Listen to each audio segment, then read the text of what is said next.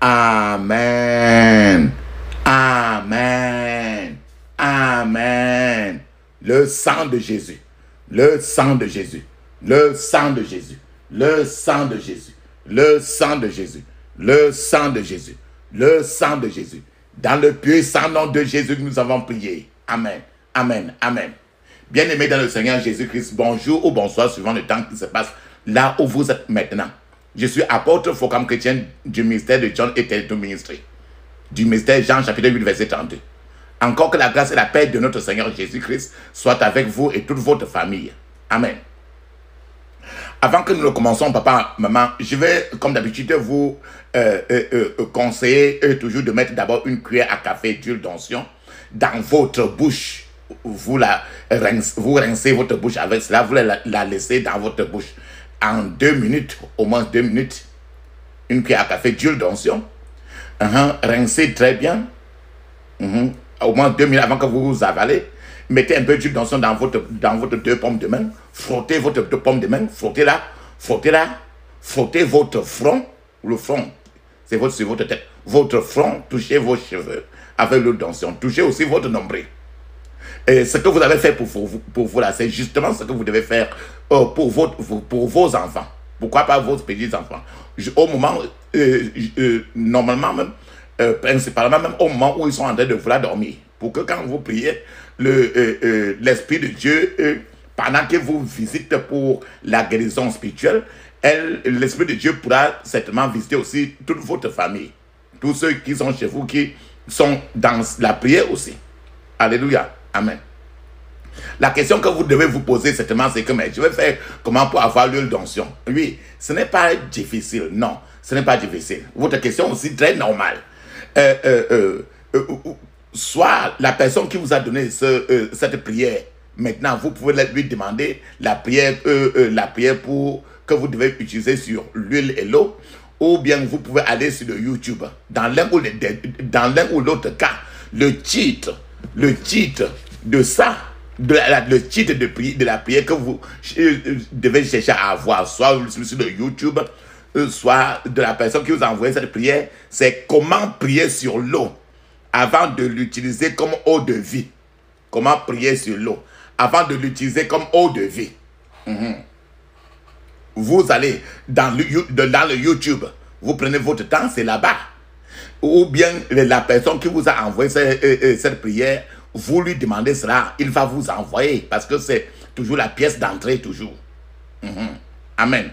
Et aussi, frères et sœurs, quand vous aurez déjà cette prière, vous prenez votre eau vous-même, n'importe où que vous avez eu l'eau, n'importe quelle eau, et vous apportez l'huile. Quand je dis l'huile, ça peut être l'huile d'olive. Ça peut être même n'importe quelle huile. L'huile rouge que vous utilisez pour préparer, vous oignez. Vous devez prier aussi sur ça afin de préparer avec. Vous pouvez utiliser n'importe quelle huile. Oui, n'importe quelle huile.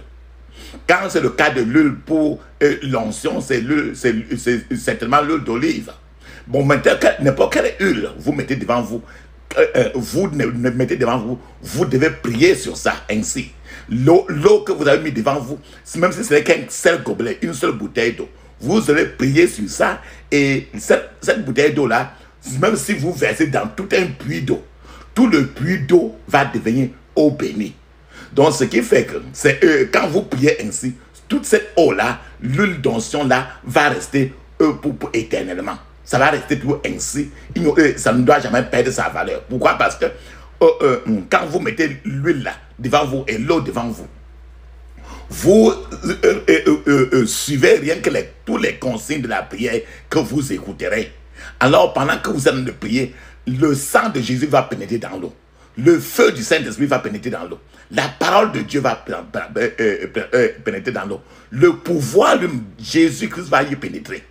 Alléluia. Ce qui fait que bien après, vos yeux verront l'eau encore, l'huile, vous croyez que c'est tout la même chose que vous avez amené. Non. Dieu lui-même est déjà à l'intérieur. L'eau de vie que vous avez devant vous là, c'est Jésus-Christ de Nazareth. L'huile d'onction qui est là encore, c'est Jésus de Nazareth. Ou encore, c'est le Saint-Esprit lui-même. Ce qui fait que l'huile que vous avez fait là, vous n'allez qu'à ajouter sur les autres huiles. Cela ne finira jamais. Et toujours, alors maintenant, tout ce que vous, dans votre vie, normalement, vous utilisez l'eau pour faire. Utilisez l'eau de vie pour faire. Utilisez toujours l'eau de vie pour faire n'importe quoi que normalement dans ta vie, tu utilises l'eau pour faire. À savoir, tu peux arroser ton jardin. Tu peux verser l'eau de vie dans le puits. Tu peux utiliser l'eau de vie pour préparer ton macabo, ta banane. Et quand tu prépares ça avec l'huile, l'huile rouge, il faut que tu ouins d'abord l'huile rouge. Il faut que l'huile rouge que tu prépares avec soit d'abord ouin. Maintenant, s'il y a un arbre, s'il y a les arbres dans votre construction, versez un peu l'huile ou bien l'eau bénie sur cette table-là pour voir ce qui va se passer.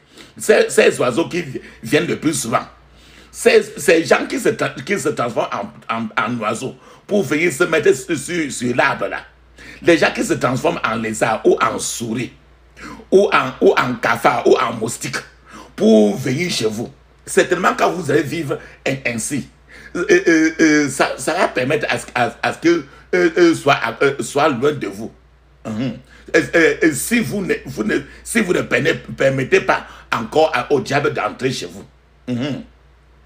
Aussi, quand vous avez votre voiture ou bien votre moto, tu laves ta moto avec l'eau de vie. Tu viens d'acheter une moto en occasion ou bien une voiture en occasion. Lave-la avec l'eau de vie. Touche les chaises de ça et touche même le moteur un peu avec l'eau d'onction. Tu verras ce qui va se passer. Lave tes assiettes, lave tes habits, les draps de ton lit. Touche ton lit, le lit conjugal avec l'eau d'onction. Lave tes draps, ton oreiller avec l'eau de vie. Lave-toi, lave les enfants avec l'eau de vie. Et pour nos sœurs, maintenant, quand vous lavez votre partie privée, lavez votre partie privée toujours avec l'eau de vie. Ne permettez pas que l'eau simple entre dans votre partie privée. L'eau de vie qui est l'eau de vie qui est Jésus est ce qui doit entrer dans votre partie privée. Et aussi, papa, maman, si tu es en train de vouloir changer une maison pour aller dans l'autre, peut-être que tu es en train de vouloir, tu as pris un appartement ou bien une chambre, un salon à louer quelque part et que c'est déjà vide, tu veux aller intégrer ça. Prends l'eau de vie, tu t'en vas asperger de part et d'autre là-bas. Pour que ceux qui sont à l'intérieur, là, que tes yeux physiques ne les voient pas là, il faut que cela sorte. Afin que tu entres. Faites ainsi même pour les maisons. Faites un peu sur votre terrain que vous avez. Aspergez l'eau de vie ainsi. Allez, quand tu es en train de vouloir construire une maison, quand vous faites la maison, d'abord, la fondation de la maison, versez un peu l'eau de vie dans la fondation. Et d'autres fois même, si vous voulez faire des papins, versez un peu l'eau de vie au milieu de l'eau que vous allez faire le papin avec. Cela vous permettra maintenant, ça permettra à ce que toute votre construction soit sécurisée. Va dans les 4 coins de votre construction, versez l'eau de vie, versez l'huile d'onction, et vous verrez ce qui va se passer bien après. Vous verrez ce qui va se passer bien après. Amen. Même si tu es dans ta boutique, lave le sol de ta boutique avec l'eau de vie. Alléluia. Papa, maman, la Bible nous dit dans 1 Thessaloniciens chapitre 5 verset 17, il est écrit, priez sans cesse, priez sans cesse. Notre thème de prière aujourd'hui, c'est ce que j'ai appelé le cri du changement. Le cri, crier, le cri du changement. Le cri qui change la vie. Crier. Quand ça ne va pas, tu cries pour que quelque chose change. Que ça c'est trop. Tu cries que ça change. Le cri qui change la vie. Je vais vous inviter, papa, maman. Dans Ésaïe chapitre 12, verset 6, il est écrit: pousse des cris de joie et d'allégresse, habitant de Sion, car il est grand au milieu de toi, le Saint d'Israël. Papa, maman, on dit que le côté qui crie le plus souvent, on dit que le côté qui crie, regarde, imagine un match de football. Le côté qui crie est tout le côté gagnant. Quand il y a un match de football, On te dit qu'un match est en train de se passer. Tu arrives, tu n'es même pas là-bas. Tu écoutes, ça veut dire qu'il y a un côté qui est en train de gagner.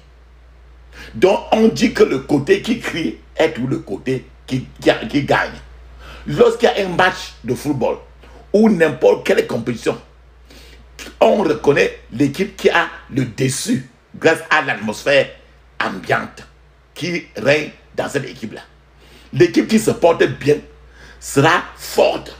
Et les supporters de cette équipe, des supporters qui les regarderont, les salueront et probablement danseront et chanteront.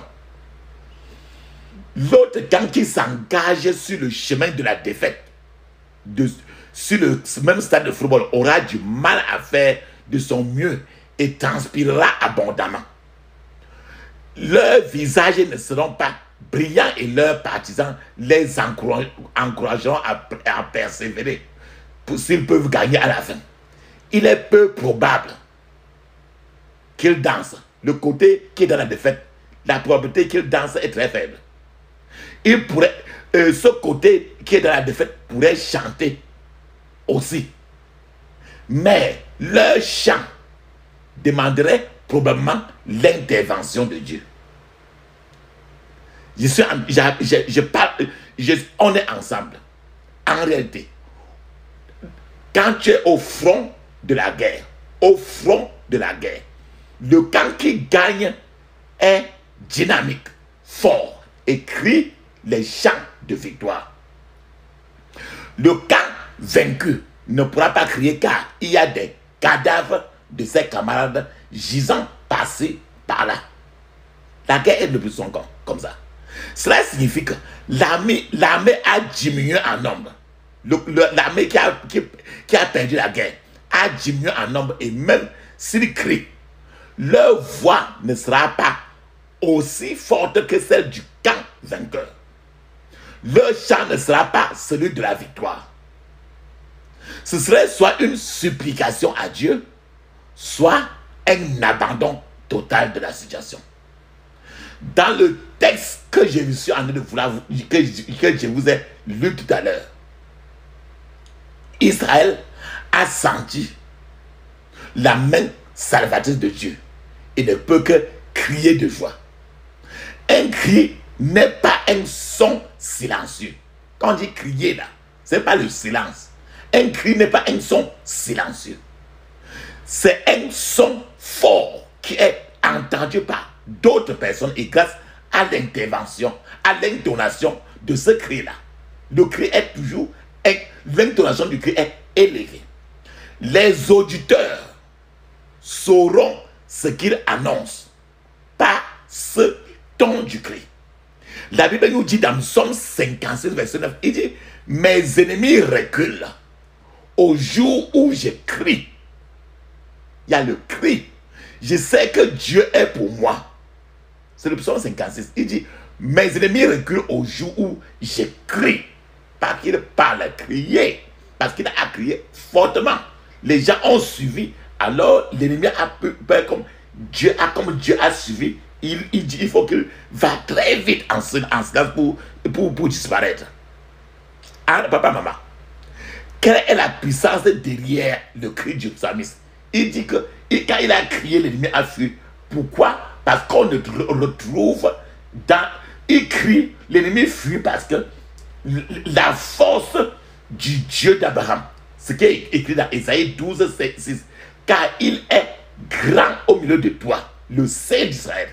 Donc quand il crie comme ça, le Saint d'Israël, le grand Dieu, il sait que le grand Dieu a déjà suivi.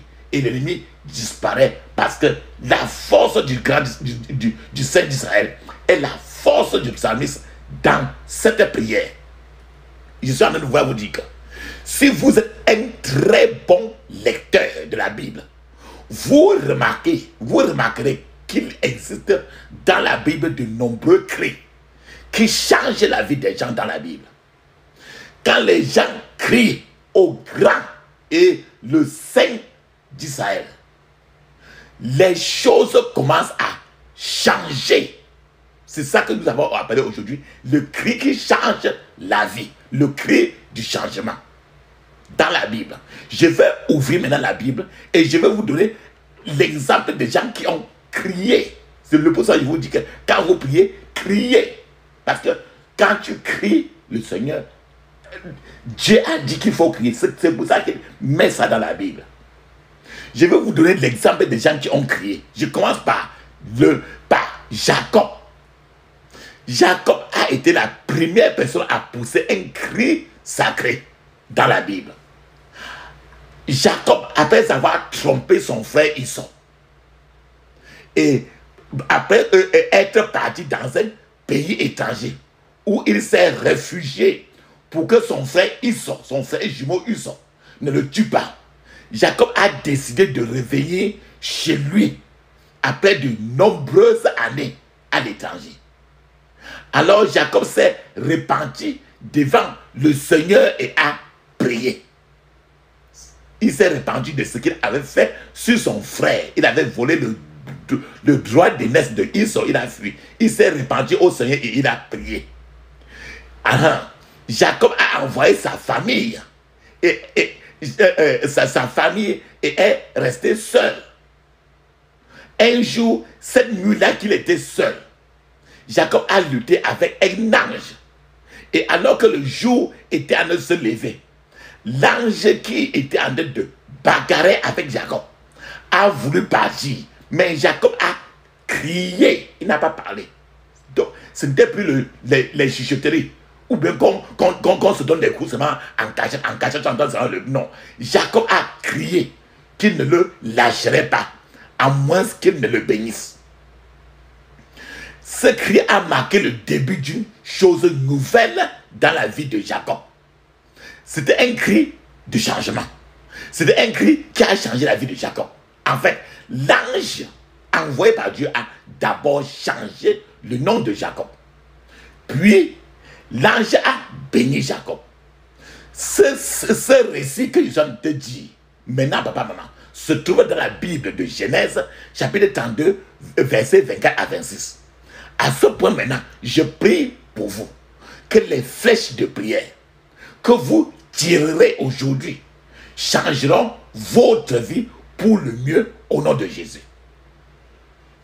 Après Jacob, je vais vous parler les deuxièmes personnes qui ont crié dans la Bible. C'est les enfants d'Israël.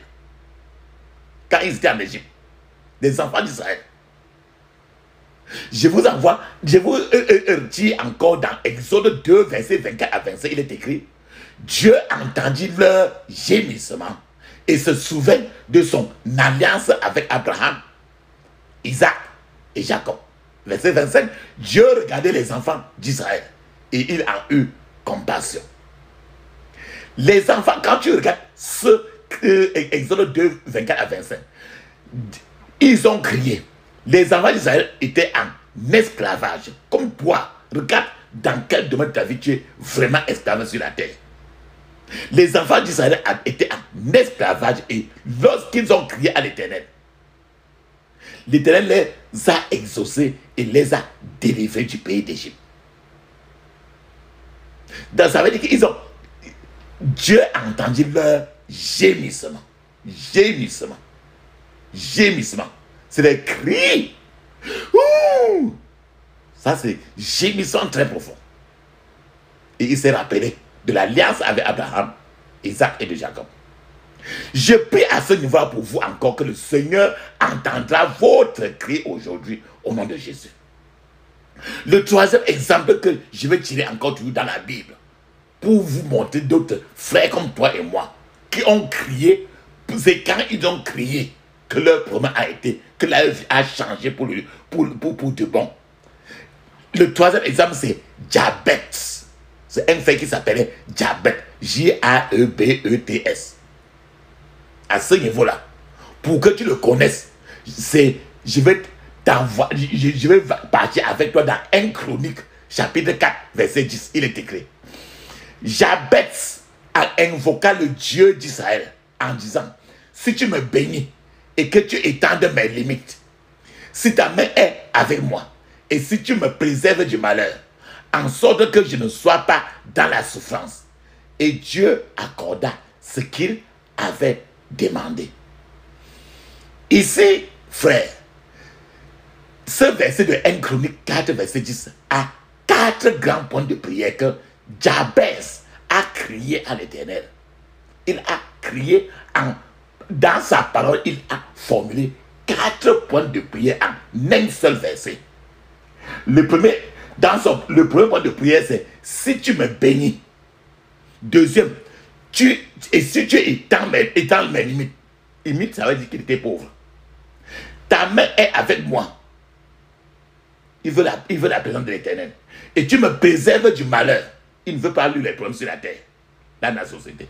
Donc, cette prière en 4 points a provoqué un changement radical dans la vie de Jabez. En fait, le nom Jabez, ça veut dire que le nom Jabez veut dire malchance. Donc, quand on a accouché Jabez, on lui a donné un nom de la malédiction. Parce que sa maman l'a accouché dans la souffrance. Alors, peut-être dans l'ignorance, il a dit, comme j'ai accouché cet enfant dans la souffrance, je lui donne le nom de souffrance. C'est ça qui est le nom Jabez. Jabez veut dire chagrin. Jabez veut dire chagrin.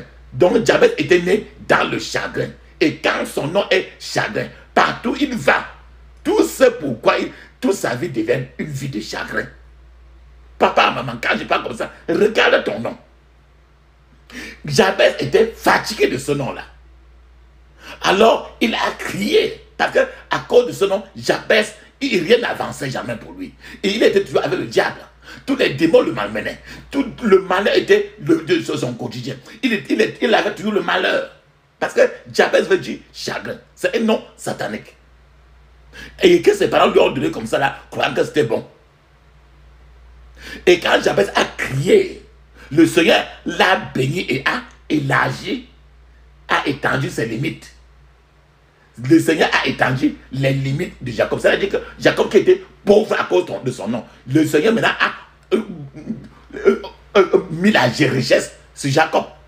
À ce point maintenant, je prie pour vous, papa, maman, que votre cri d'aujourd'hui étendra des limites au nom de Jésus. La 4e personne que je vais vous donner comme exemple dans la Bible, qui a crié, c'est le prophète Élie. En parlant du prophète Élie, à ce moment, je vais vous amener encore dans 2 Rois, chapitre 1, verset 10, il est écrit. Élie répondit au chef de 50, si je suis un homme de Dieu, que le feu descendait du ciel et te consume. Toi et tes 50 hommes. Et le feu descendit du ciel et le consuma. Lui et ses 50 hommes. Frère et sœur, papa, maman, c'était un cri étrange que le prophète Élie a évoqué. Dans 2 Rois 1, verset 10. Ce n'était pas un appel à l'aide que le prophète Élie était en train de pleurer. Non.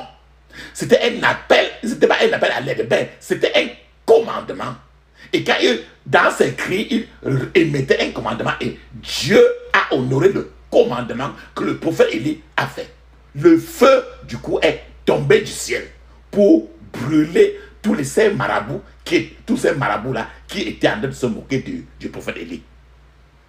Alléluia. Je vais vous montrer encore une autre personne qui a crié dans la Bible pour le changement.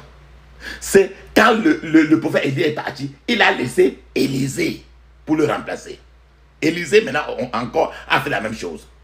À propos, je vais vous amener dans 2 Rois 2, verset 14, il est écrit, je cite, il prit le manteau d'Élie que Élie avait laissé tomber et il en frappa les hauts et dit, où est l'Éternel, le Dieu d'Élie? Écoute très bien. Où est l'Éternel, le Dieu d'Élie? Chaque fois que tu prononces, où est l'Éternel, le Dieu d'Élie? Tant que tu es fâché, quand tu dis un mot comme ça, là, tous les marabouts, tous les charlatans ont peur de cette expression. Donc Élisée a dit, où est l'Éternel, le Dieu d'Élie? Lui aussi, il frappa les eaux avec cet habit-là, qui se partageait ça et là. Et Élisée passa. Donc Élisée était au bord du fleuve Jourdain. Comme toi, tu es quelque part et tu veux traverser. Et quelque chose t'empêche de traverser dans ta vie. Et Élisée voulait traverser. il était au bord du Jourdain. Et le Jourdain était une limite pour lui. Or, il voulait traverser. Alors, il a pris l'habit que Élie, en partant, avait laissé tomber sur Élisée. Il a frappé l'habit là sur l'eau. Il a dit, où est l'Éternel, le Dieu d'Élie? Et quand il a crié à haute voix ainsi, il a crié. Donc, il a poussé un cri qui encore aujourd'hui, ce cri-là, quand tu pousses ce cri-là dans la prière, aujourd'hui, on va pousser ce cri-là aussi. Tu vas, prépare-toi à pousser ce cri de guerre-là aujourd'hui. Quand tu pousses ce genre de cri, ce genre de cri effraie beaucoup le royaume des ténèbres. Ça effraie les guérisseurs, les tradipraticiens, les charlatans, les marabouts. Chaque fois que des prières sont dites et que vous poussez ce genre de cri de guerre que Élisée a fait, la peur entre dans le camp de l'ennemi. La peur entre dans le camp de tous les démons. Et le Jourdain, votre Jourdain se séparera pour vous, pour que vous passez. Le Jourdain, c'est tout ce qui vous bloque d'avancer. À ce moment, papa et maman, je prie pour que vous aussi poussiez aussi aujourd'hui un cri sacré qui changera pour le mieux votre vie pour toujours. Au nom de Jésus. Un autre exemple que je vais vous donner encore aujourd'hui de quelqu'un qui a crié dans la Bible. C'est Zorobabel. C'est écrit dans Zacharie chapitre 4, verset 7. Il est écrit, qui es-tu, grande montagne, devant Zorobabel? C'est lui qui a crié. Imagine une montagne qui est devant toi. Quand une montagne est devant toi, tu ne peux pas traverser. Et c'est très élevé. Pour traverser, il te voit monter jusqu'au haut de la montagne pour redescendre. Ce n'est pas facile, tu ne peux pas. Donc, n'importe quoi qui est devant toi comme une montagne de problèmes. Et que c'est difficile de traverser. Alors, Zorobabel lui-même, il était face à une grande montagne ainsi. Il a dit, qui es-tu, grande montagne, devant Zorobabel? C'est-à-dire qu'aujourd'hui, toi-même, tu vas dire aussi que mon nom c'est Focam chrétien. Qui es-tu, grande montagne, devant Focam chrétien? Donc n'importe quoi qui te crée des situations que tu n'arrives pas à avancer. Parce que c'est trop élevé que toi. Et de ta propre main, tu ne peux pas. Tu vas crier aujourd'hui, qui es-tu, grande montagne, devant Focam chrétien? Tu mets ton nom. Donc Zorobabel a dit, qui es-tu, grande montagne, devant Zorobabel? Tu seras aplani. Il posa la pierre principale au milieu des acclamations. Grâce pour elle. Donc, voilà, quand il a fait comme ça, là, Jésus de Nazareth a enlevé la montagne des problèmes. Maintenant, une autre personne, depuis là, je cite des gens dans l'Ancien Testament. Attends, je vais vous amener dans le Nouveau Testament pour vous citer des gens aussi qui ont crié beaucoup. C'est Jésus-Christ de Nazareth lui-même. Il s'est tenu près du tombeau de Lazare. Lazare était mort depuis 4 jours. Jésus a rappelé à Dieu là-bas comment il avait toujours répondu à ses prières. Puis Jésus s'est tourné au tombeau et a crié, Lazare, sors! Et Lazare sortit du tombeau. Donc il y a eu un changement et la démonstration de la puissance alors que pendant que la résurrection et la vie brillaient sur Lazare au moment quand il sortait. Donc il a crié, Jésus lui-même en tant que Dieu lui-même, il a crié. Si Jésus lui-même en tant que Dieu, il a crié, combien de fois, toi-même et moi, qui sommes-nous pour ne pas crier? Il y a des situations où il faut les cris. Et Dieu attend que tu cries, je crie. Et c'est ça que nous allons faire aujourd'hui. Ceci est mentionné dans Jean chapitre 11, de verset 41 à 43. Je reste encore dans le Nouveau Testament pour donner encore. Ce n'était pas seulement Jésus dans le Nouveau Testament. Il y a encore l'aveugle de Bartimée. Quand je parle de l'aveugle de Bartimée, je vais vous inviter dans Marc chapitre 10, de 47 à 50. Il est écrit, je cite, il entendu que c'était Jésus de Nazareth. Et il se mit à crier, fils de David, Jésus aie pitié de moi. Plusieurs le reprenaient pour le faire taire. Mais Jésus criait beaucoup plus fort, fils de David, aie pitié de moi. Jésus s'arrêta et dit, appelez-le. Et tu vois comment il a crié. Et la voiture de vie de Jésus, les cris de la brûlure de Bartimée a mis le frein sur la voiture de la vie de Jésus. C'est que sa voiture s'était bloquée sur place, le frein s'était arrêté. Jésus, écoute, il dit, Jésus s'arrêta et dit, appelez-le. Il appelait l'aveugle en lui disant, prends courage, lève-toi, il t'appelle. L'aveugle jeta son manteau et se levant d'un bond, vint vers Jésus. Frères et sœurs, Bartimée a dû crier très fort et plusieurs fois peut-être aussi. Bartimée a insisté malgré le fait que les gens lui demandaient de se taire. On dit, ferme ta bouche. Tu vois que c'est un grand. L'aveugle de Bartimée ne suivait plus ça. Je ne sais pas, papa, maman, combien de fois et à quelle voix vous avez crié au Seigneur. Je ne sais pas combien de fois depuis un certain temps. Combien de fois tu as crié et à quel genre de voix tu as crié. Mais ce que je sais, c'est que je prie pour que votre cri de changement d'aujourd'hui mette le freine Jésus et qu'il s'occupe de vous. Parce qu'il a dit, et Jésus s'arrêta. Que votre cri aujourd'hui arrête le frein de Jésus. De quel genre, frères et sœurs, de quel genre de cri as-tu besoin pour crier aujourd'hui? Le cri pour le changement. Tu vas crier pour que quelque chose change sur plusieurs choses dans ta vie. Si vous parcourez, par exemple, tous les personnages que je viens de citer tout à l'heure, dans l'Ancien Testament comme du Nouveau Testament, vous remarquerez qu'ils ont tous, ils ont tous crié pour le changement. Je ne sais pas quel genre de situation vous êtes en train de traverser maintenant. Je ne sais pas ce que l'ennemi vous a fait, ni ce qu'il vous a volé. Mais je connais quelqu'un qui peut provoquer un changement dans votre situation et ce sera un changement pour le mieux. Peut-être que votre propre changement concerne le mariage. Peut-être que votre propre changement concerne votre carrière. Peut-être que votre propre changement concerne votre santé. Peut-être que votre propre changement concerne votre profession. Peut-être que votre propre changement concerne votre occupation. Et etc. Frères et sœurs, bien-aimés, la vérité est la suivante.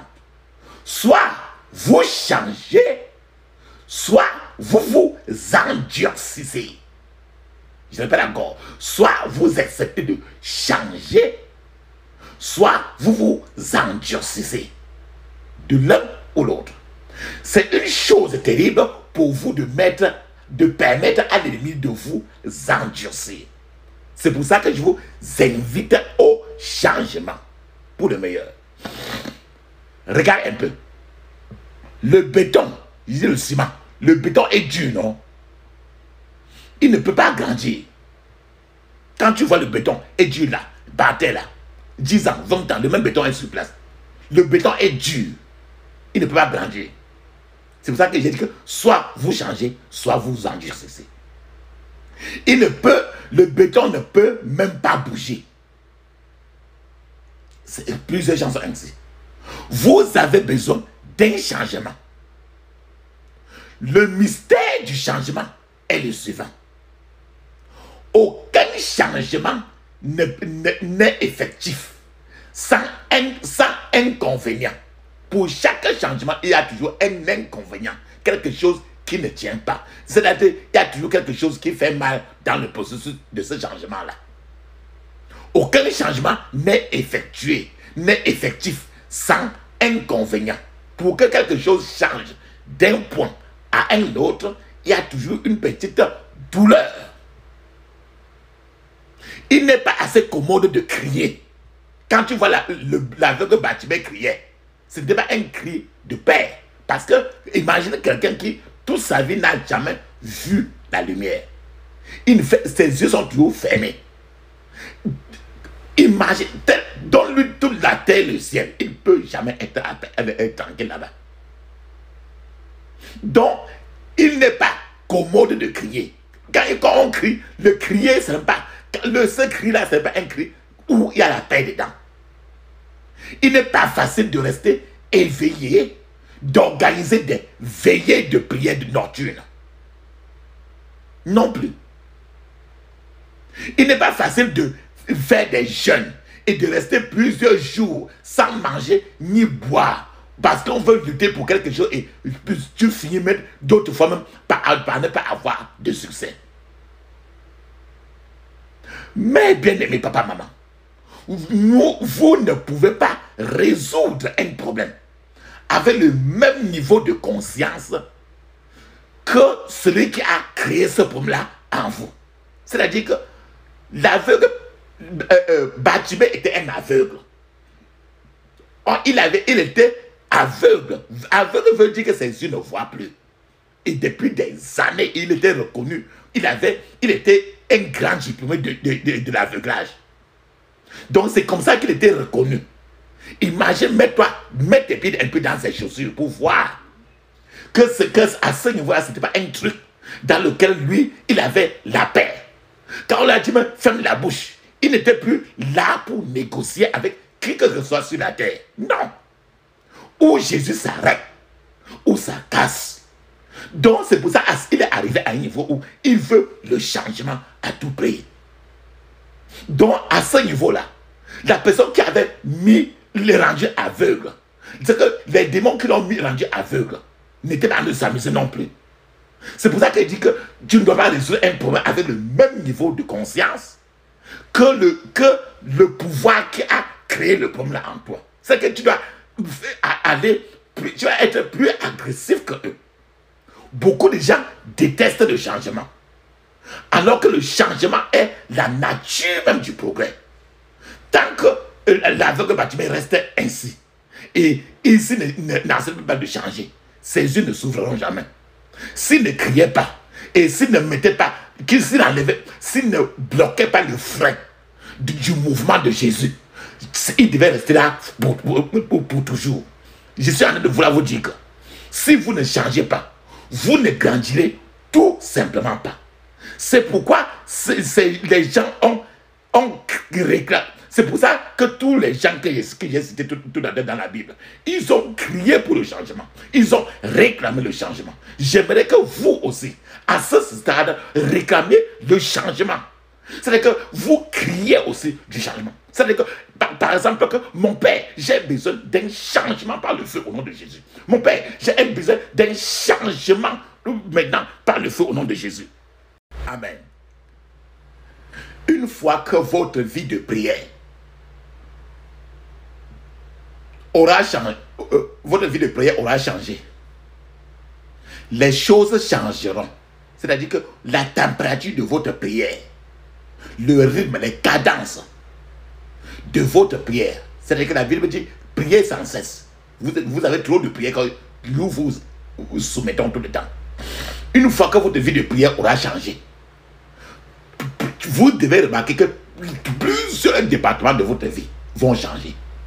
À mesure que votre vie de prière change, je vous conseille de permettre également, pas seulement votre vie de prière, de permettre également un changement dans votre lecture de la Bible. Le plus souvent dans plusieurs messages comme celle-ci, vous allez suivre un certain nombre de versets.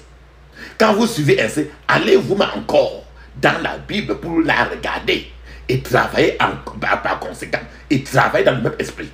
Si ce changement-là se produit, changement dans la vie de prière, changement dans la lecture de la Bible, si cela se produit, vous serez étonné de ce qui se passera encore dans votre vie au fur et à mesure que vous avancez.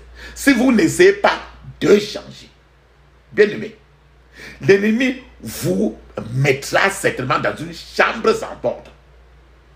Ou encore, l'ennemi vous mettra, s'il y a une porte sur cette chambre-là, l'ennemi vous mettra certainement dans une chambre avec porte sans clé.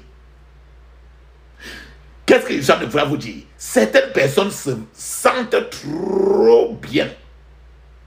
Ils disent qu'ils sont trop bien, ils ne peuvent pas changer. Ces personnes sont timides lorsqu'on les voit aller à l'église. C'est comme si l'église pour eux, au contraire, c'est une autre chose. Quand on leur dit de prier, pour eux, ce n'est pas grande chose. Pourtant, ils veulent certaines choses que ça bouge dans leur vie. C'est-à-dire qu'ils veulent quelque chose et le contraire. Si vous permettez, papa, maman, à la timidité, si vous permettez la timidité de donner la place au diable pour vous combattre ou vous tuer, ce dont vous ne vouliez pas par le passé, se moquer de vous, et de vous seront ceux qui vous enterreront si vous n'y ferez pas attention.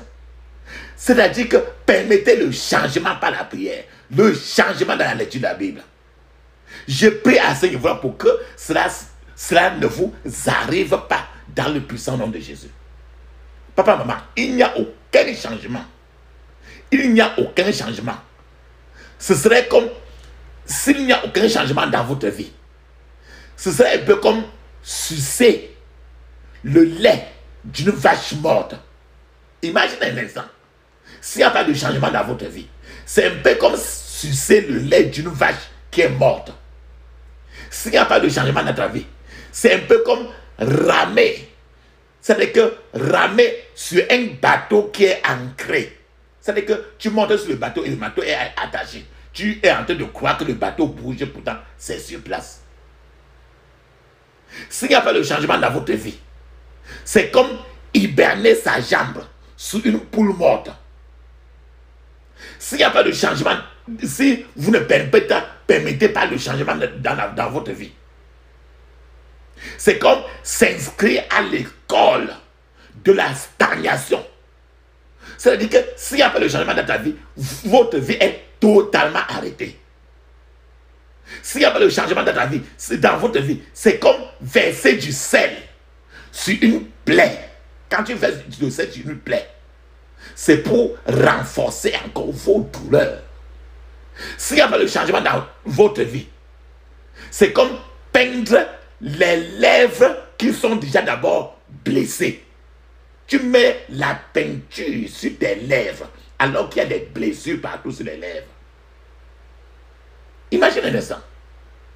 Papa, maman, si vous criez pour le changement aujourd'hui, des choses vous arriveront. C'est dommage que quelqu'un d'autre ne puisse pas faire grand chose pour vous. Personne ne peut crier pour vous. L'aveugle Bartimée, il était aveugle. Ce n'est pas une personne qui était aveugle, une autre personne qui était aveugle. C'est lui-même qui était aveugle. Il a senti ses difficultés. Il a dit trop c'est trop avec un certain mois. Il a crié comme aujourd'hui. C'est pour ça que je vous dis que c'est dommage que personne ne peut crier, ne peut faire grand chose pour vous. Qu'il vous aime plus que ça, il ne peut pas crier à votre place. C'est Jésus seul sur la croix qui a crié. Personne n'a crié à sa place. Jésus seul qui a crié parce qu'il n'était pas plus prêt à accepter Lazare être encore dans la tombe. C'est vous qui devez vous-même crier pour votre changement. C'est vous qui savez quel est votre problème. Ce n'est pas le problème de qui que ce soit. C'est vous-même. Si vous criez aujourd'hui, notre Dieu le Père est là en train d'attendre ton cri, mon cri. Parce qu'il aime ta voix, comme il aime aussi la mienne. Prenez par exemple, je vais encore pour voir l'exemple de Jacob. Jacob dans la Bible, que serait-il arrivé si Jacob n'avait pas crié au changement quand l'ange de Dieu est venu dans la nuit là? Jacob serait mort comme garçon, boy dans la maison de Laban, où Jacob aurait été mis peut-être déchiré en pièces par Esau, son frère. Mais il a crié. Il a demandé pardon à Dieu. Il a crié. Lui, sa maman l'avait amené à voler le droit de naissance de son frère jumeau Esau. Et le frère jumeau avait décidé que s'il voit Jacob un jour, il va le mettre en pièces détachées. Alors, Jacob, bien après, quand il est rentré, il a crié à l'Éternel. Il a crié. Toute sa vie a changé. Frères et sœurs, je vais à ce niveau-là maintenant vous donner un témoignage. Il y avait de nombreuses années. Il y avait une famille de 7 enfants. Dans le temps, 7 enfants. C'était longtemps. 7 enfants parmi lesquels il y avait 4 garçons, 3 filles. Ils étaient tous diplômés de l'université. Eux tous les 7 enfants. Ils étaient tous diplômés de l'université, mais n'avaient pas de travail, du travail tangible. Comme on dit, le travail là, ils n'avaient pas. Donc, tu te rappelles l'époque là, très longtemps là, tu connais l'époque où, quand quelqu'un, avant que tu ne sortes même de l'université, il y avait trop, les gens étaient même déjà sur la cour en train de t'attendre. Pour que tu finisses, on te donne avant qu'on te donne ton diplôme, les employés étaient déjà là pour te proposer que bon, voilà ton travail en train de t'attendre. Dans le temps, c'était ainsi.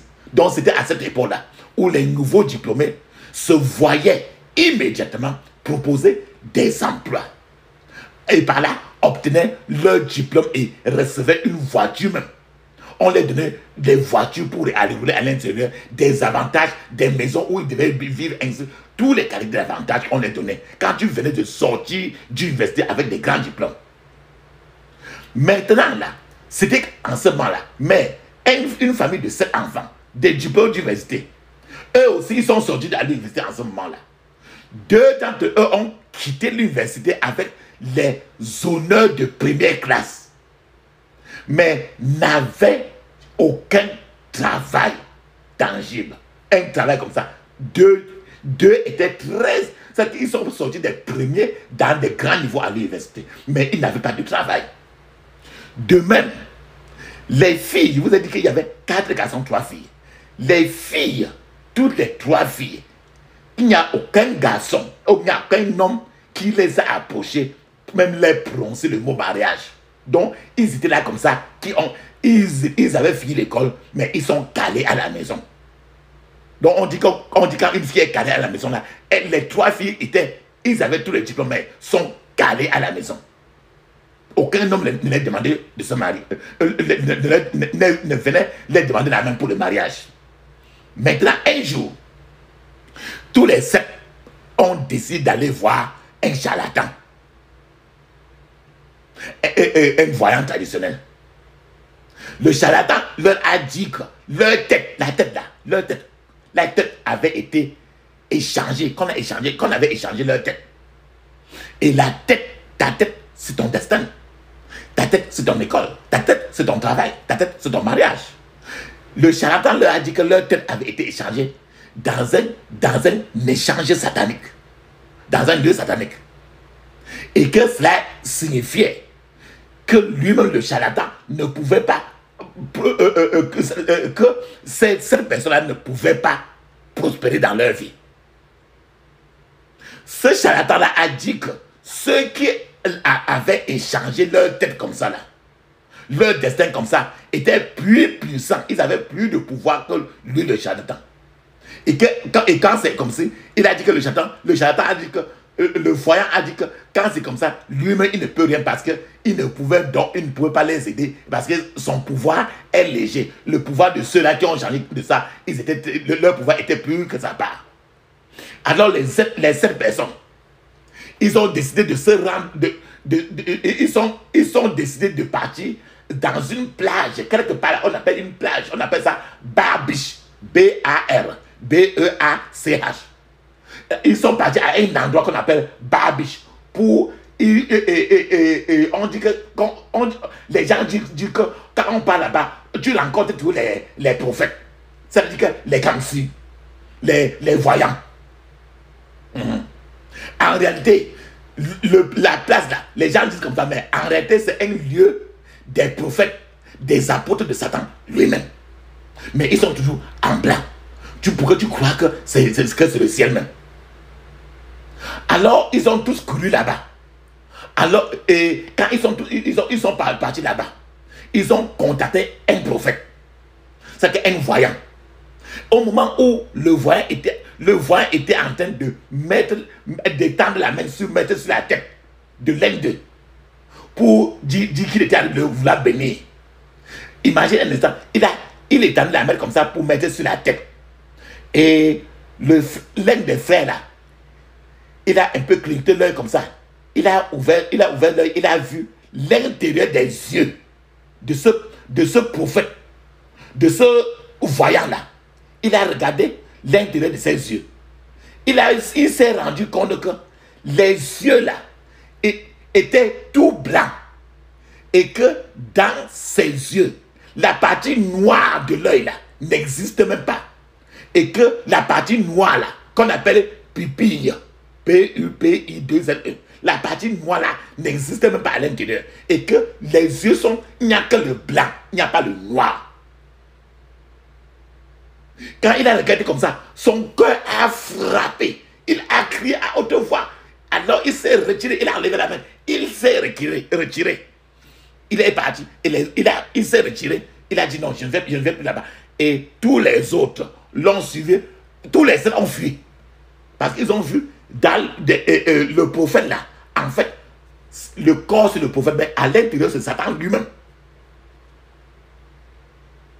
Ils sont encore maintenant rentrés. Maintenant, l'un d'eux, dans le processus, ils ne savaient pas comment faire. Dans le processus, quelqu'un les a proposé ce genre de prière qu'on va prier aujourd'hui. Et il a prié violemment.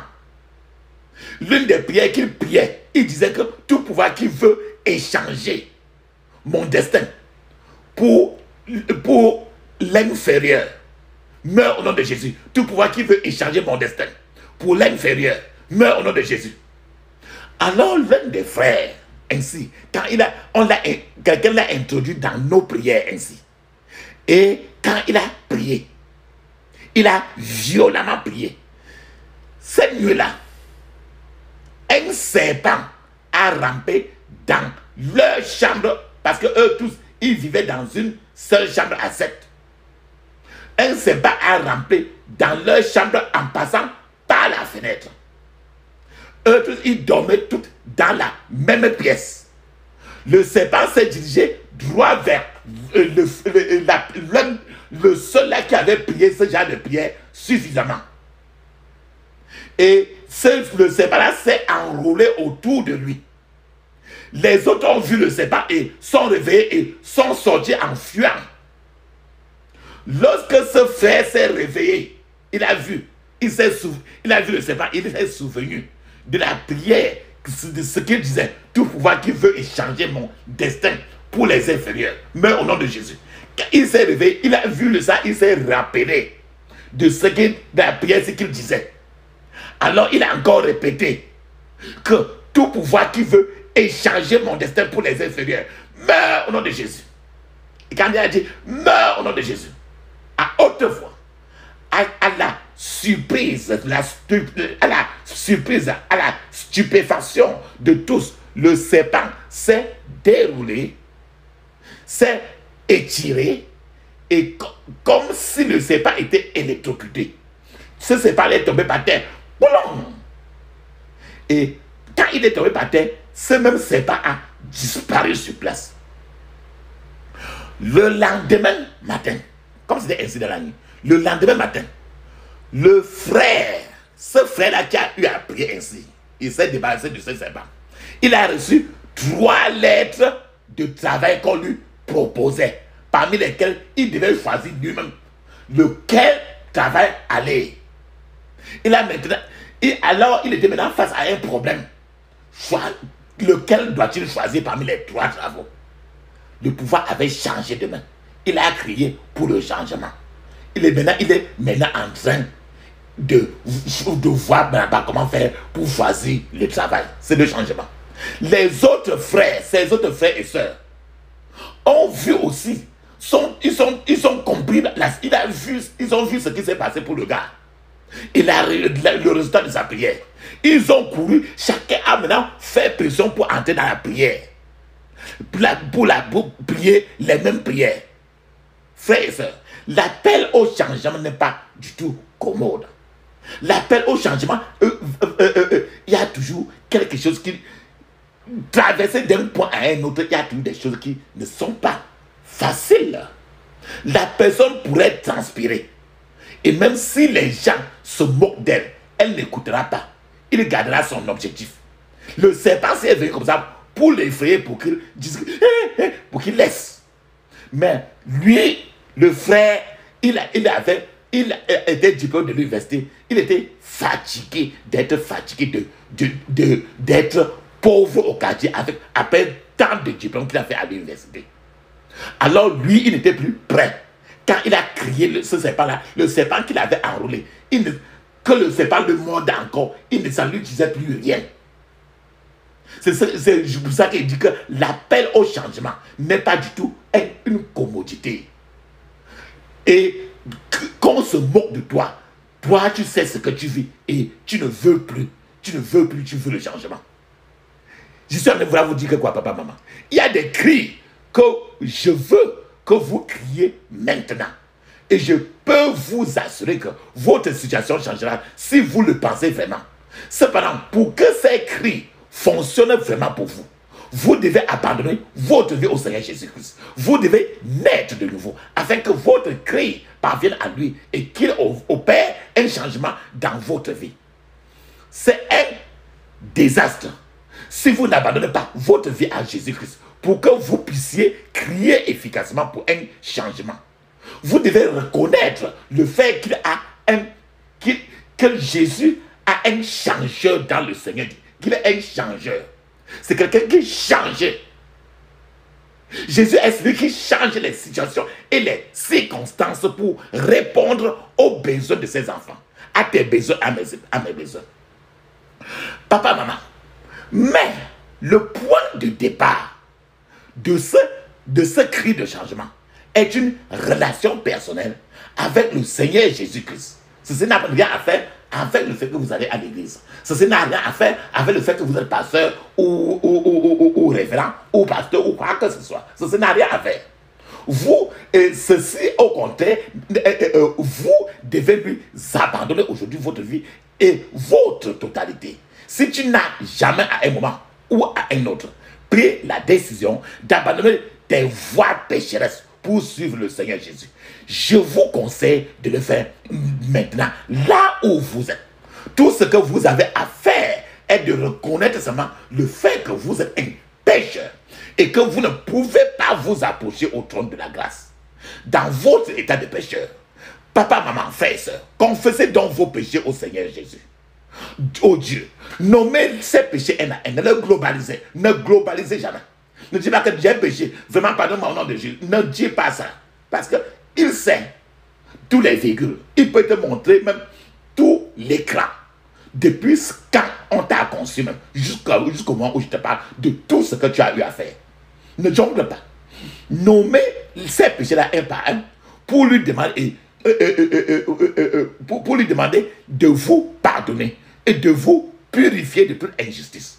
Réclamez le pouvoir rédempteur dans le sang de Jésus qui a été versé sur la croix du Calvaire pour la rémission de vos péchés. Papa, maman, invitez le Seigneur Jésus-Christ dans votre vie. Demandez-lui de devenir votre Seigneur et Sauveur personnel. Déclarez que vous ne retournerez plus jamais à vos péchés.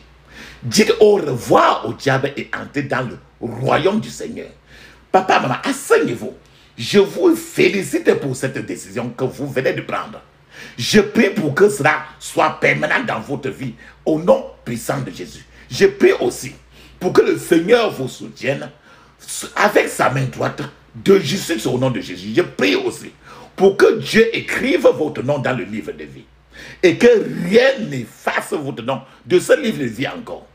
Papa, maman, bien-aimé, je veux que vous sachiez une chose, que lorsque deux pouvoirs s'affrontent, se rencontrent, le plus petit doit s'incliner, doit s'agenouiller devant le plus puissant.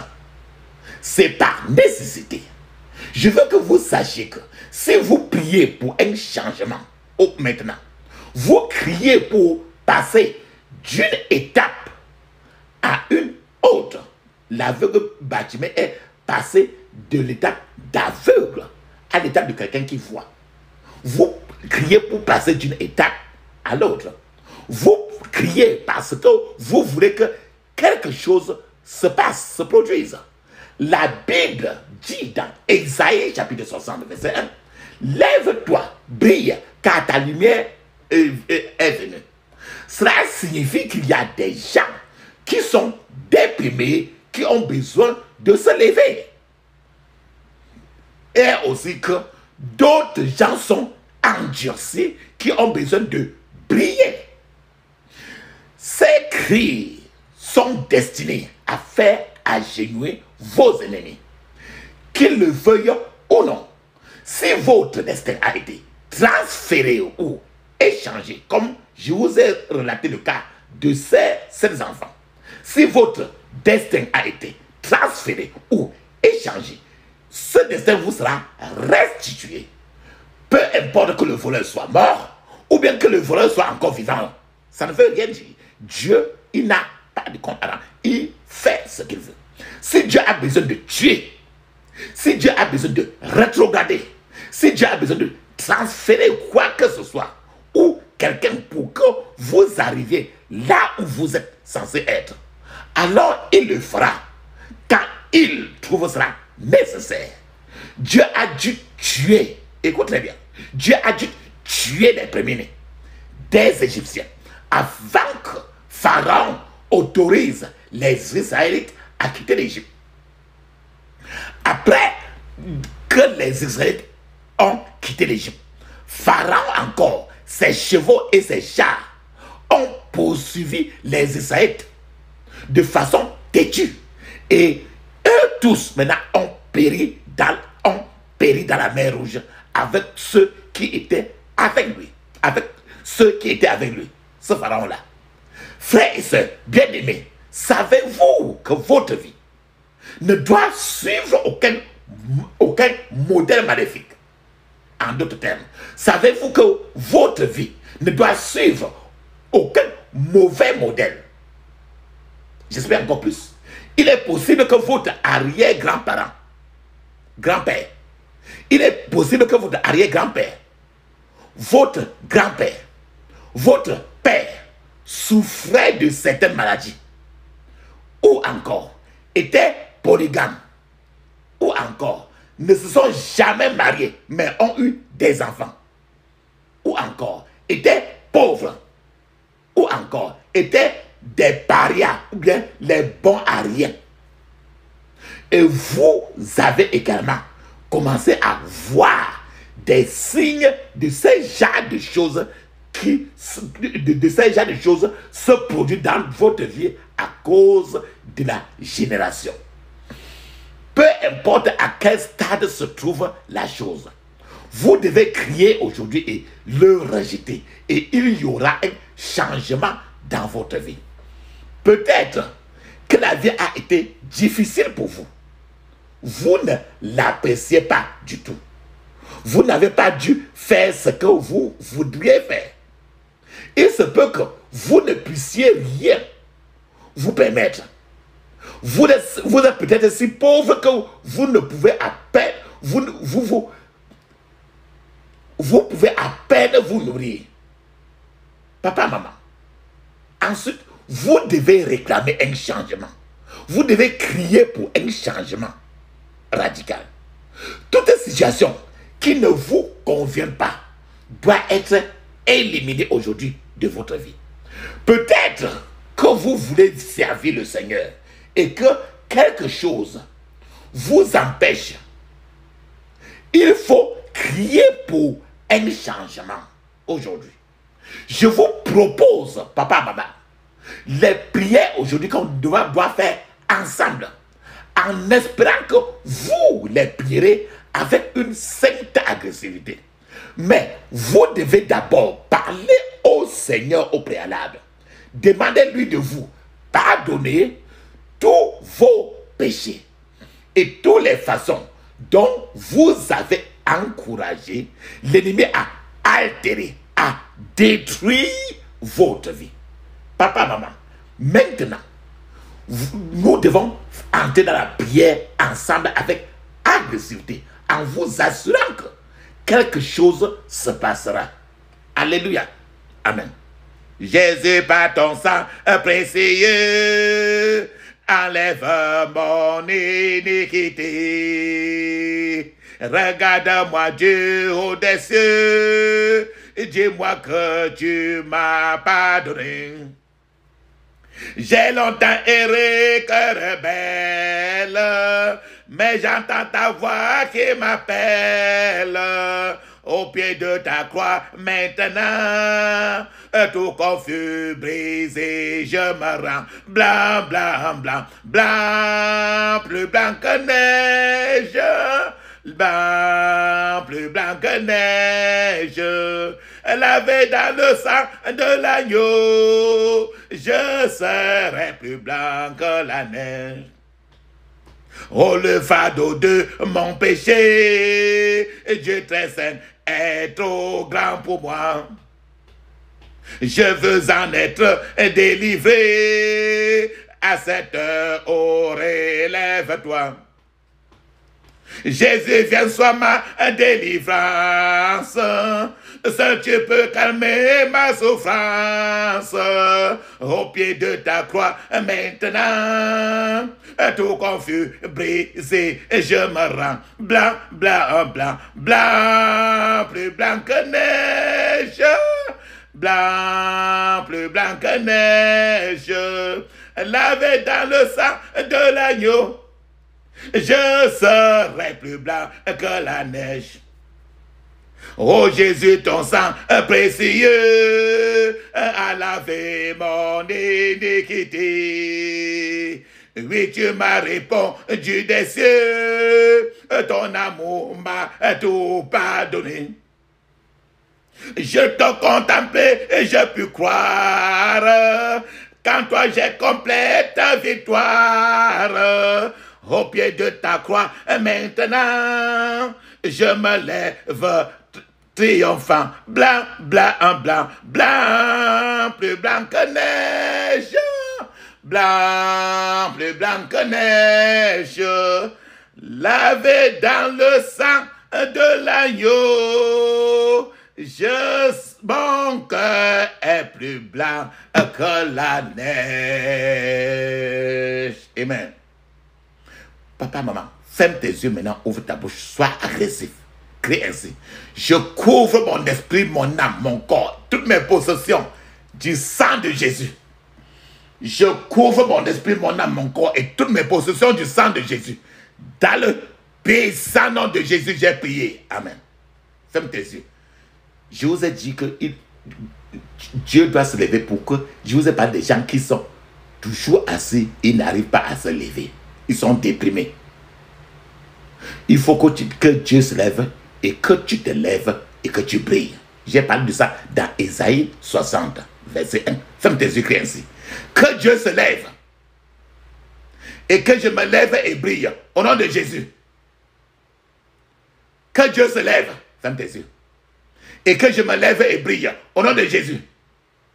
Que Dieu se lève et que je me lève et brille. Dans le puissant nom de Jésus, j'ai prié. Amen. Les 7 enfants, on avait volé leur destin.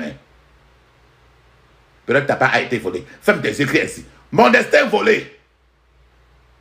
Je te reprends par le feu au nom de Jésus. Mon destin volé. Je te reprends par le feu au nom de Jésus. Mon destin volé.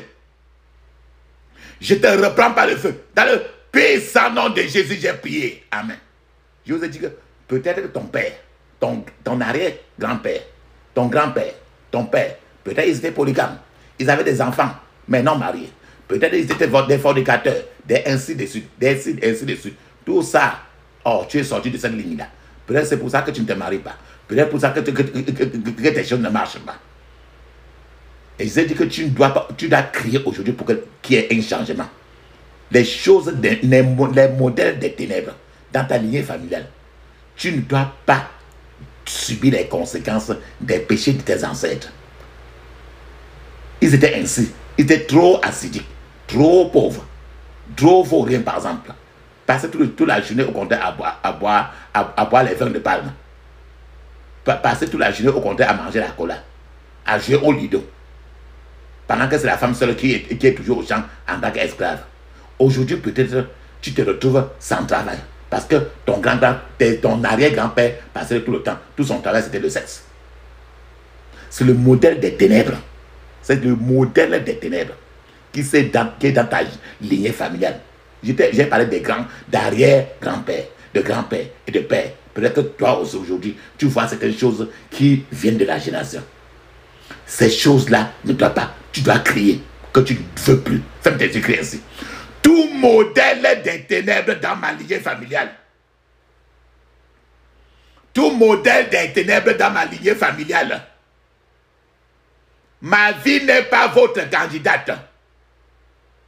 Ma vie n'est pas votre candidate. Meurs au nom de Jésus. Meurs au nom de Jésus. Dans le puissant nom de Jésus, j'ai prié. Amen. Je vous ai dit que les 7 enfants, leur tête avait été échangée. Leur vertu enlevée. Leur destinée, on a vendu aux autres. On a enlevé leur tête, on a remis aux autres. Ils avaient maintenant la tête qu'ils avaient sur eux, c'était la tête des autres. La tête de pauvreté, la tête la tête de pauvreté, la tête de la souffrance, la tête de vaurien, la tête du célibat, pas de mariage, la tête de pauvreté, la tête de ceci, cela. Donc leur vraie tête avait été enlevée et on avait vendu leur tête. Maintenant leur tête était, la tête qu'ils portaient maintenant, c'était d'autres têtes. Maintenant toi aussi, peut-être que ton échange, peut-être que tes vertus et ta destinée ont été échangées. Tu dois reprendre possession de tes vertus et de ta destinée. Ferme les yeux maintenant. Ouvre ta bouche. Dis clairement. Ne bégaye pas. Si tu bégayes, ferme la bouche, tu répètes encore ça. Très bien. Parce qu'il faut que ça sorte de ta bouche. Ferme tes yeux, dis ceci. Tout pouvoir qui a procédé à un échange de mes vertus et de ma destinée. Tout pouvoir qui a procédé à un échange de mes vertus et de ma destinée. Tout pouvoir qui a procédé à un échange de mes vertus et de ma destinée. Je vous arrête maintenant et je reprends possession de mes vertus et de ma destinée. Au nom de Jésus. Je vous arrête maintenant. Et je reprends possession de mes vertus et de ma destinée au nom de Jésus. Dans le puissant nom de Jésus, j'ai prié. Amen. Maintenant, tout le pouvoir de sorcellerie qui a refusé de te laisser partir, il a fallu, et rappelle-toi très bien, il a fallu que Dieu tue les premiers fils de Pharaon pour que Pharaon laisse le peuple d'Israël. Et il a fallu que, et quand Pharaon a cherché encore à les poursuivre, Dieu les a enterrés dans la mer Rouge. Tout pouvoir de sorcellerie qui ne veut pas te laisser partir, enterre-les aussi. Fais tes écrits ainsi. Tout pouvoir de sorcellerie qui a refusé de me laisser partir, tout pouvoir de sorcellerie qui a refusé de me laisser partir, je vous enterre maintenant au nom de Jésus. Je vous enterre maintenant au nom de Jésus. Dans le puissant nom de Jésus, j'ai prié. Amen. Maintenant, les projets des poursuivants obstinés dans ta vie, il faut qu'ils meurent, ceux qui te poursuivent. Fais tes écrits ainsi. Tout projet des poursuivants têtus dans ma vie, tout projet des poursuivants têtus dans ma vie, tout projet des poursuivants têtus dans ma vie, mourez au nom de Jésus. Mourez au nom de Jésus. Mourez au nom de Jésus. Dans le puissant nom de Jésus, j'ai prié. Amen. Maintenant, les gens sont oppressés. Toute flèche de l'oppression que tu as reçue. Il faut retourner les flèches là. Prie ainsi. Je retourne toute flèche de l'oppresseur dans ma vie. Je retourne toute flèche de l'oppresseur dans ma vie au nom de Jésus. Je retourne toute flèche de l'oppresseur dans ma vie au nom de Jésus. Dans le puissant nom de Jésus, j'ai prié. Amen. Maintenant, pendant que tu es en train de secouer, tu vas secouer ta tête. Secouer ta tête comme tu en as dit non. Donc secouer un peu ta tête en disant comme si c'était non là. Tu secoues ta tête en disant non. Pendant que tu secoues cela, parce que les flèches qui sont dans ton cerveau, il faut que ça sorte pour rentrer à ceux qui t'ont envoyé ces flèches-là. Les flèches qu'on a tirées dans ton cerveau. Tu vas secouer ta tête. Tu sais comment quand tu veux dire non, tu secoues ta tête. Là, oui, très bien. Voilà, c'est comme ça là. Tu vas maintenant secouer en disant ceci. Je renvoie toutes les flèches des ténèbres tirées contre mon cerveau au nom de Jésus. Secoue. Je renvoie toutes les flèches des ténèbres tirées contre mon cerveau au nom de Jésus. Secoue. Je renvoie toutes les flèches des ténèbres tirées contre mon cerveau au nom de Jésus. Secoue. Parce qu'ils sont de sortie pour partir. Je renvoie toutes les flèches des ténèbres tirées contre mon cerveau dans le puissant nom de Jésus. J'ai prié. Amen. Là où les gens sont partis et ils sont là en train de faire des incantations contre toi, il faut que cet hôtel de sorcellerie dans ta vie meure. Fais tes écrits ainsi. Tout hôtel de sorcellerie dans ma vie, tout hôtel de sorcellerie dans ma vie, sors et meurs au nom de Jésus. Tout hôtel de sorcellerie dans ma vie, sors et meurs au nom de Jésus. Tout hôtel de sorcellerie dans ma vie, sors et meurs au nom de Jésus. Dans le puissant nom de Jésus, j'ai prié. Amen. Maintenant, les maris de nuit et les femmes de nuit, c'est ça qu'on appelle encore mari des eaux. Et les femmes des eaux, mari des eaux ou encore mari de nuit. Femme de nuit ou encore femme des eaux. Dans l'eau là, l'eau. Ils vivent dans les rivières que tu vois là, toute la place où tu vois l'eau. Ils sont à l'intérieur. Et ils vivent aussi dans le corps des gens. Maintenant, si tu es femme, tu vas dire mari de nuit ou mari des eaux. Si tu es homme, tu dis femme des eaux ou bien femme de nuit. Moi, je suis homme. C'est pour ça que je vais dire femme de nuit, femme des eaux. Femme des écrits alors maintenant. Toute femme des eaux. Toute femme des eaux. Votre temps est écoulé. Votre temps est écoulé. Votre temps est écoulé. Alors, meurs au nom de Jésus. Alors, meurs au nom de Jésus. Dans le puissant nom de Jésus, j'ai prié. Amen. Maintenant, n'importe quoi qu'on a volé, on a caché. On a caché dans l'eau. N'importe quoi qu'on a volé. Ton destin, tes vertus qu'on a volé, on a caché dans l'eau. Fais tes écrits ici. Toutes mes vertus cachées dans les eaux. Toutes mes vertus cachées dans les eaux. Toutes mes vertus cachées dans les eaux. Sors maintenant et localise-moi au nom de Jésus. Sors maintenant et localise-moi au nom de Jésus. Sors maintenant et localise-moi au nom de Jésus. Dans le puissant nom de Jésus, j'ai prié. Amen. Maintenant, regarde ce garçon qui a prié nos prières si suffisamment. Alors, il a tué le serpent et après, on lui a donné 3 opportunités d'emploi pour avoir un des gros postes de travail. C'était comme ça des opportunités de devenir extraordinaire dans tous les domaines de sa vie. Ferme tes yeux, écris ainsi. Toute opportunité de devenir extraordinaire dans tous les domaines de ma vie.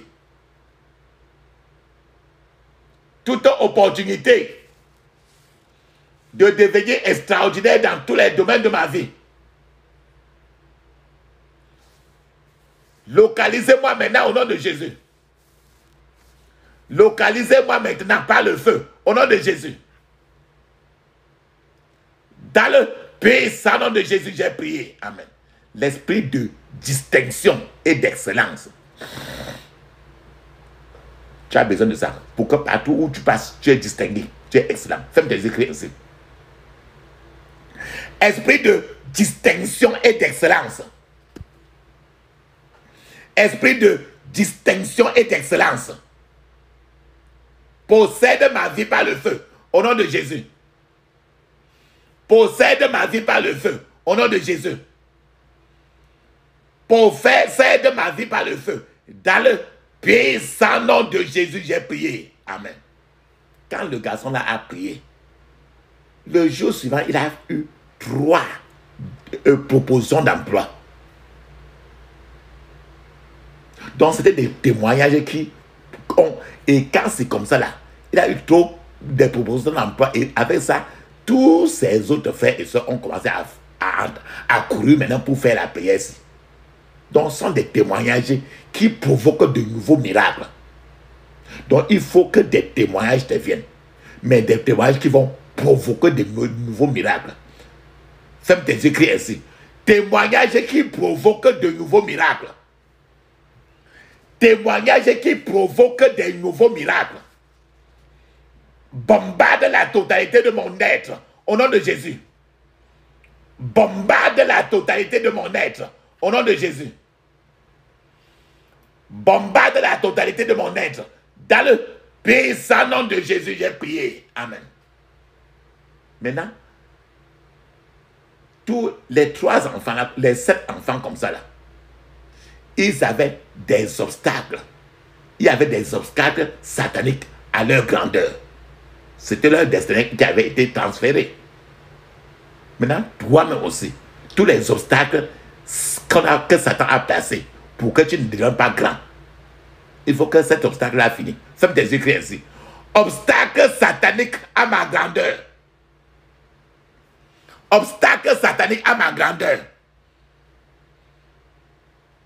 Obstacle satanique à ma grandeur. Meurs au nom de Jésus. Meurs au nom de Jésus. Meurs au nom de Jésus. Dans le puissant nom de Jésus, j'ai prié. Amen. Maintenant, il faut que l'aigle de ta vie vole au plus haut. Fais-moi tes écrits ainsi. Oh, aigle de ma vie. Oh, aigle de ma vie.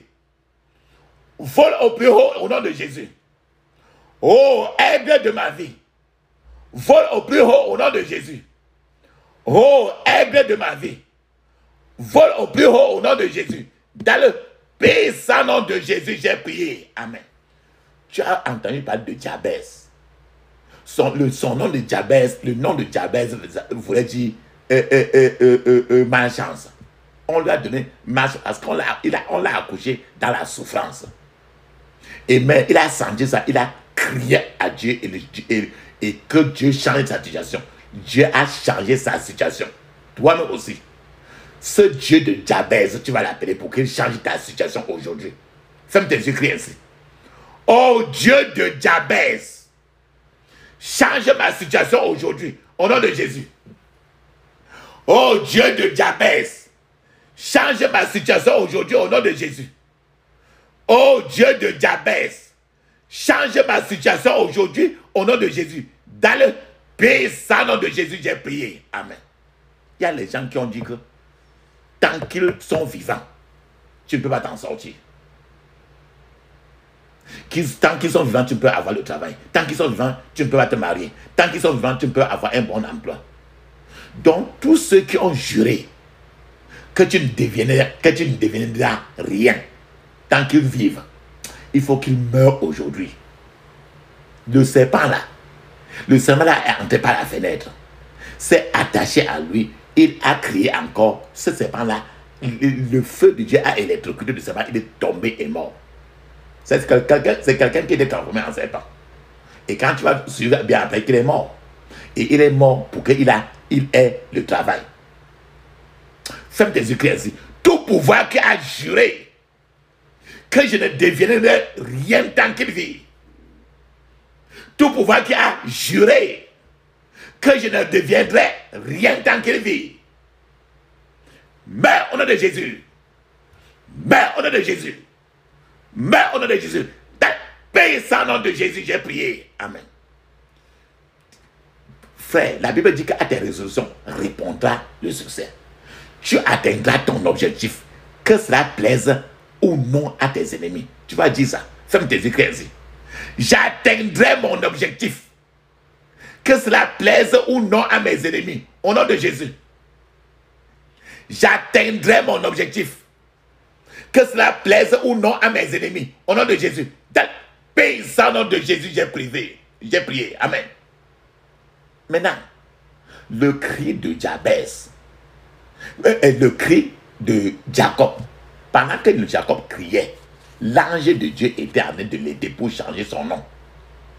Toi aussi, ton cri aujourd'hui va provoquer l'assistance des anges pour écrouler ton Jéricho, ton mur de Jéricho. Ferme tes yeux, crie ainsi. Que mon cri aujourd'hui provoque l'assistance angélique pour écrouler mon Jéricho au nom de Jésus. Que mon cri aujourd'hui provoque l'assistance des anges pour effondrer, pour renverser mon Jéricho au nom de Jésus. Que mon cri aujourd'hui provoque l'assistance des anges pour renverser mon Jéricho au nom de Jésus. Dans le puissant nom de Jésus, j'ai prié. Amen. Maintenant, il faut maintenant, tu vas mettre la paume, tu vas placer la paume de ta main droite au-dessus de ta tête. Maintenant, et quand tu vas laisser là, au-dessus de ta tête, tu vas parler à ta vie et à tes témoignages pour que l'ennemi et les démons ne manipulent plus ta vie et tes témoignages. Ferme tes yeux, crie ainsi. Laisse ta main sur ta tête. Crie ainsi. Vous, ma vie et mes témoignages, devenez trop chaud pour que l'ennemi puisse les gérer. Au nom de Jésus. Vous, ma vie et mes témoignages, devenez trop chaud pour que l'ennemi puisse les gérer. Au nom de Jésus. Dans le puissant nom de Jésus, j'ai prié. Amen. Toi-même, tu as vu. Les 7 enfants, eux, ils sont sortis de l'école depuis. Ils étaient très grands à l'université. Ils sont sortis, mais les portes, l'accès au travail avait été refusé. Les 3 filles qui étaient parmi là, l'accès au mariage avait été refusé. L'un des garçons, maintenant, il a été introduit à ses prières, il a crié fortement. Alors, l'accès au travail, il est entré, il a reçu maintenant l'accès au travail par le feu. Toi-même aussi, partout où l'accès t'a été refusé, tu vas dire que j'entre en vous par le feu. Ce gars a eu le travail par le feu. Il est entré maintenant au travail par le feu. Parce que ce n'était pas facile. Ferme tes yeux, crie ainsi. Partout où l'accès m'a été refusé, j'entre en vous par le feu au nom de Jésus. Partout où l'accès m'a été refusé, j'entre en vous par le feu au nom de Jésus. Dans le puissant nom de Jésus, j'ai prié. Amen. Je vous ai parlé du cas de Jabez, avec sa situation. Son nom lui-même, on l'a accouché, on lui a donné le nom de malchant. Partout il marchait, il était très beau, très talentueux, mais son nom était sa limite. Il a fallu qu'il crie pour que le Seigneur change sa situation. Toi-même, tu vas appeler le Dieu de Jabez, pour le changement, pour qu'il change ta situation. Aujourd'hui, ferme tes yeux, crie fortement. Oh Dieu de Jabez, oh Dieu de Jabez, change ma situation aujourd'hui au nom de Jésus. Oh Dieu de Jabez, change ma situation aujourd'hui au nom de Jésus. Oh Dieu de Jabez, change ma situation aujourd'hui au nom de Jésus. Dans le puissant nom de Jésus, j'ai prié. Amen. Maintenant, le cri de l'aveugle de Bartimée, c'était un cri qui a arrêté le frein de Jésus. Donc Jésus, parce qu'il a crié, on a fait n'importe quoi, il n'entendait, l'aveugle de Bartimée n'entendait plus le français, ni le patois, ni l'anglais, aucun langue encore. Son langage, il était fatigué d'avoir les yeux fermés. Son cri était maintenant un cri qui a changé sa vie. Toi-même aujourd'hui, ton cri, tu vas demander au Seigneur que ton cri devienne un cri qui change ta vie. Ferme tes yeux, crie ainsi. Que mon cri, Seigneur, devienne un cri qui change la vie. Au nom de Jésus. Que mon cri, Seigneur, devienne un cri qui change la vie. Au nom de Jésus. Que mon cri, Seigneur, devienne un cri qui change la vie. Puissant nom de Jésus, j'ai prié. Amen. Maintenant, je vous ai parlé de Élisée. Il était au bord du fleuve Jourdain. Pour qu'il traverse là, le fleuve du Jourdain, il ne pouvait pas. Il ne pouvait pas. Le fleuve était là. Il va faire comment? Il s'est rappelé seulement du Dieu de son maître qui était Élie, qui est parti. La mante que Élie en partant, le prophète Élie en partant a mis sur lui. Il a pris cette mante-là. Il a frappé sur le Jourdain en disant, où est le Seigneur Dieu d'Élie? Je vous ai dit que chaque fois que tu prononces ce genre de prière, les marabouts, les sorciers, les voyants, les charlatans, ils ont peur, ils fuient. Tous les démons ont peur quand tu cries ça. Toi-même aujourd'hui, tu vas crier ce qui bloque ta route. Cette eau-là qui bloque ta route. Il faut que le Seigneur, le Dieu d'Élie, se lève et déshonore tes problèmes ténaces. Ferme tes yeux, crie ainsi. Où est le Seigneur Dieu d'Élie? Où est le Seigneur Dieu d'Élie? Lève-toi et déshonore mes problèmes ténaces au nom de Jésus. Et déshonore mes problèmes ténaces au nom de Jésus. Dans le puissant nom de Jésus, j'ai prié. Amen. Papa, maman, mets une pause maintenant. Tu vas fermer les yeux, ouvrir ta bouche, parler en langue 7 minutes et à haute voix. Le parler en langue est écrit dans Marc 16, 17, Actes des Apôtres, chapitre 2, de 1 à 5, dans plusieurs pages du Nouveau Testament. Tu vas parler en langue suffisamment parce que moi, en tant que ton partenaire de prière, j'attends que tu finisses maintenant pour qu'on continue notre prière. Parce qu'il faut le changement, que ton ennemi veut ou non. Aujourd'hui, trop, c'est trop. Vas-y. Puissant nom de Jésus, nous avons prié. Amen. Papa, maman. L'ennemi qui ne veut jamais que tu deviennes quelque chose, que tu deviennes grand. Tu as vu le cas de ces enfants qui ont fini l'université. Pendant que tout le monde finit l'université, quand on est en train de quand ils ont leur diplôme, les gens sont alignés sur la cour en train de dire que toi, viens alors, il y a beaucoup de travail. Mais ces enfants-là, ils ont fini l'université. Ils sont rentrés encore pour jouer au lieu au quartier. Ils sont rentrés à la maison pour discuter la bouillie de l'enfant avec les bébés au quartier. Parce que parce que à cause de l'ennemi de leur grandeur, on avait changé, on a transféré, on a vendu leur tête. L'ennemi de ta grandeur qui est dans ta vie doit sortir aujourd'hui. Ferme tes yeux, crie ainsi. Tout ennemi de ta grandeur, tout ennemi de ma grandeur dans ma vie, répète ainsi. Tout ennemi de ma grandeur dans ma vie, sors et meurs au nom de Jésus. Sors et meurs au nom de Jésus. Sors et meurs au nom de Jésus. Puissant nom de Jésus, j'ai prié. Amen. Il te faut la sagesse pour être grand dans la vie. Rappelle-toi très bien. L'aveugle Bartimée était là.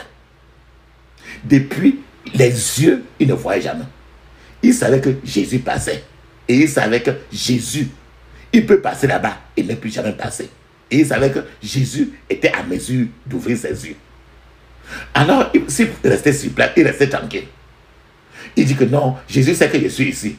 Donc, je suis son enfant. Il peut me laisser ici comme ça. Non, Jésus sait que tu es là. Mais tu as ton travail. Ton travail, c'est de prier. C'est de crier.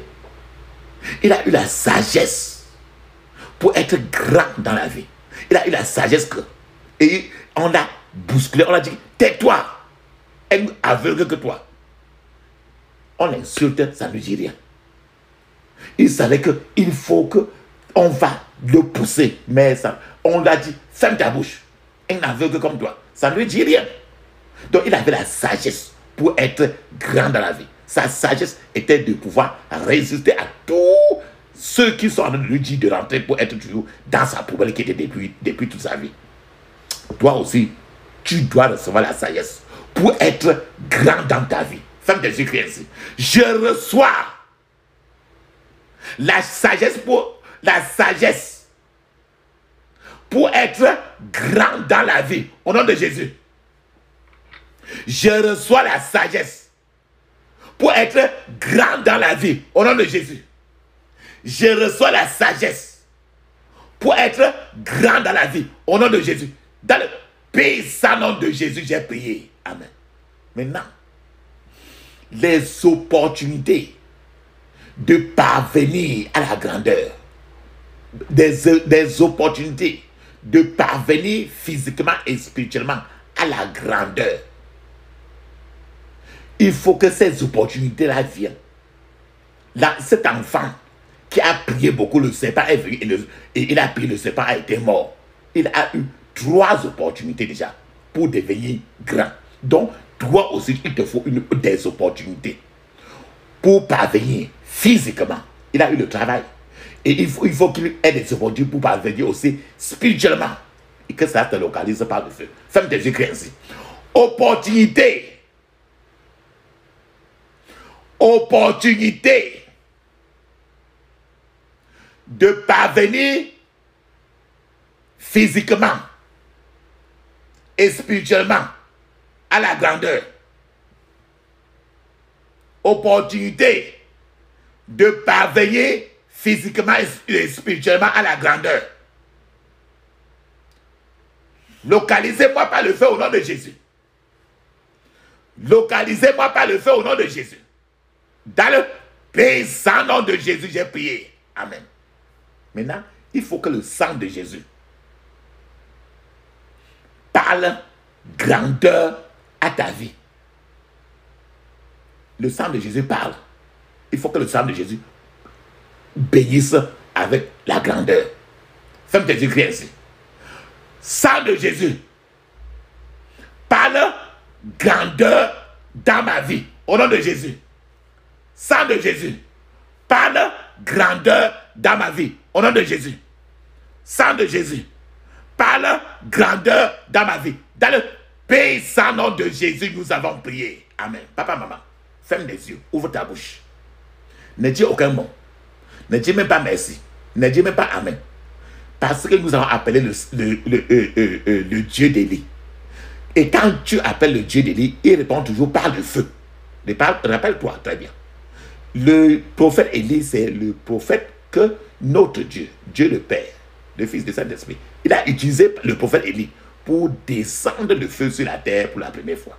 Ce qui fait que quand tu appelles le Dieu d'Élie, tu t'attends à ce que lui, il te visite par le feu. Et il est un feu dévorant. La Bible le dit très bien. Ferme tes yeux. Je vais le faire pour toi. Ne dis pas amen. Ne dis pas merci. Ne dis aucun mot. Ferme tes yeux. Crie. Ferme tes yeux. Ouvre ta bouche. Je vais faire pour toi et moi. Feu, feu, feu, feu, feu. Feu, feu, feu, feu, feu. Feu, feu, feu, feu, feu. Feu, feu, feu, feu, feu, feu. Puissant nom de Jésus, j'ai prié. Amen. Maintenant, papa, maman, mes remerciements. Tu dois mettre maintenant ta main droite, la paume de ta main droite sur ta poitrine. Mets la paume de ta main droite sur ta poitrine. Ferme tes yeux. Parce que nous allons dire, nous allons remercier. Tu vas remercier aussi Dieu clairement à haute voix. Tu vas ouvrir ta bouche pour le remercier. Ferme tes yeux. Crie, dis ceci. Oh Dieu, je te remercie d'avoir répondu à mes prières au nom de Jésus. Oh Dieu, je te remercie d'avoir répondu à mes prières au nom de Jésus. Oh Dieu, je te remercie d'avoir répondu à mes prières au nom de Jésus. Oh Dieu, je te remercie d'avoir répondu à mes prières au nom de Jésus. Paix sans nom de Jésus, nous avons prié. Amen. Papa, maman, nous sommes arrivés à la fin de notre prière. On va clôturer maintenant. Ferme tes yeux. Crie, répète clairement. J'interdis toute contre-attaque, regroupement, renforcement contre moi et ma famille au nom de Jésus. J'interdis toute contre-attaque, regroupement, renforcement contre moi et ma famille au nom de Jésus. Dans le puissant nom de Jésus, nous avons prié. Amen. Tu vas maintenant sceller. Scellons maintenant nos prières. Ferme tes yeux. Crie ceci clairement. Je scelle mes prières d'aujourd'hui dans le sang de Jésus. Je scelle mes prières d'aujourd'hui dans le sang de Jésus. Dans le puissant nom de Jésus, nous avons prié. Amen. Papa, maman, tu vas dire Amen cette fois. Amen, Amen, Amen, Amen, Amen, Amen, Amen. Ça, c'est très bien, papa, maman. Le parler en langue. Vous allez de préparer, parler en langue sans vous arrêter. Soyez habitué à parler en langue au moins 30 minutes jusqu'à 1 heure de temps. Parlez, commencez 15 minutes, après vous avancez même 21 minutes, après 30 minutes, après 50 minutes, après 1 heure de temps, ainsi de suite, ainsi de suite.